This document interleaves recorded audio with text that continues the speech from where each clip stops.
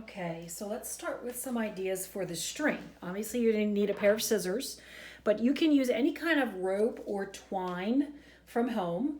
You can use any kind of string. So this is actually cooking string. So your parents may have some cooking string at home.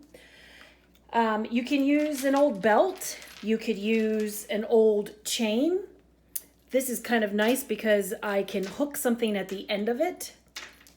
For example, I can take a clothespin, listen to me. I can take a paper clip and I can hook it in so that I have, and then let it hang.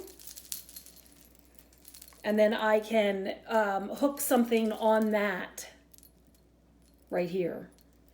This is an easy clothespin trick where you can just take the clothespin and open it up and then you have a hook. Even sewing thread will work, okay?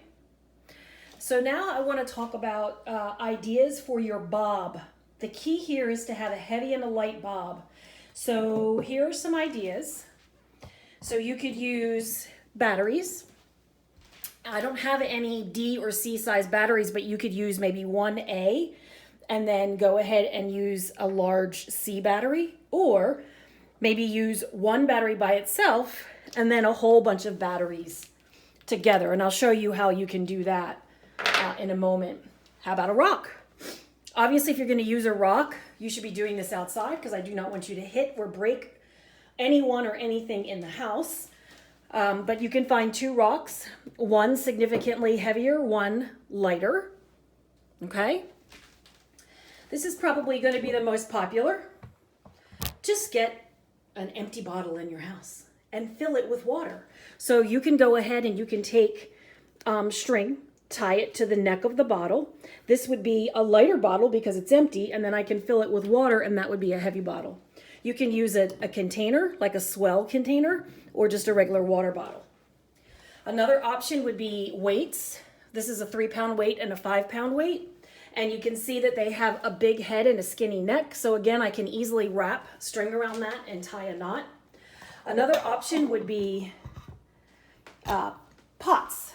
So these are 2 pots, but they have holes here so that you can tie string around there. Now pots obviously are something that you would have to do outside because I don't want you hitting any walls or any furniture or any people in your house. I thought of this at the last minute. This is a gourd. I don't have a bigger one, but you see how it has a curved neck? That's easy to tie a string around, and then it can just hang as the bob. Regular kitchen utensils. These kitchen utensils are metal, so they're a little bit heavier, but they also have a slit in the handle so that I can tie a string around them. And then I'm going to take you over here without tripping over anything. And you can see just everyday tools, nuts and bolts and washers. These all have holes in them so that you can tie strings around them.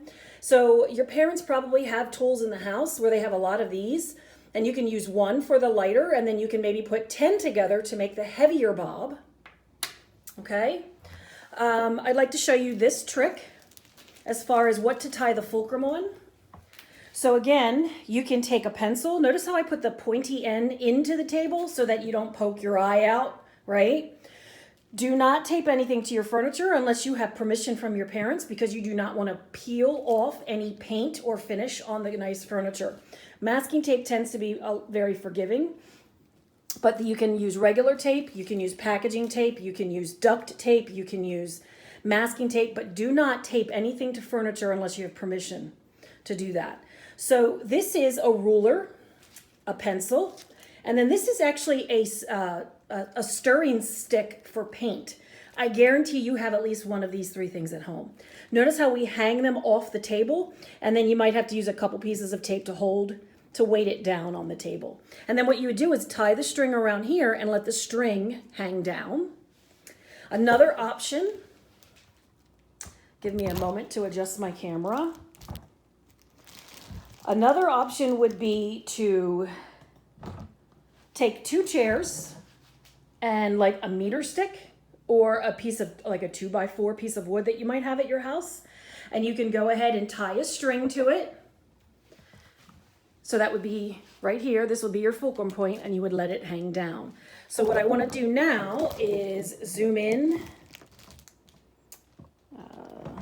down here. So what I did is I did that paper clip trick.